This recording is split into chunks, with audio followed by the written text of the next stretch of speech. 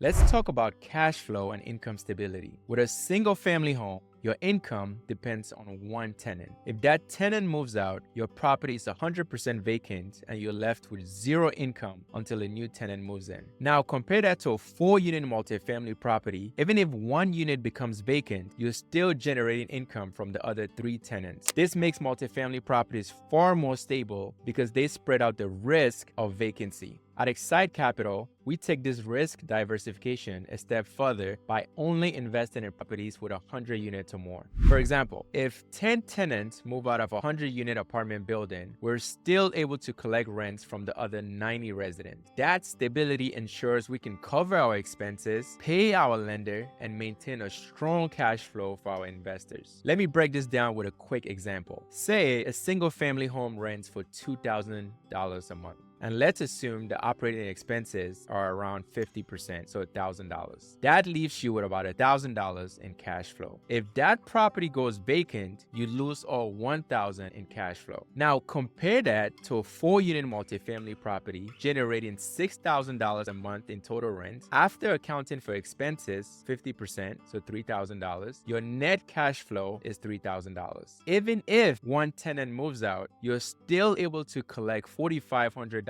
in rent from the other 3 tenants, leaving you with a cash flow of $2,250 after accounting for all expenses, so 50%. That's a huge difference in stability and income potential. If you found this video helpful, make sure to check out our other videos on multifamily investing here. Don't forget to like, subscribe, and share this with someone ready to level up their real estate game. Thanks for watching, and I'll see you in the next video.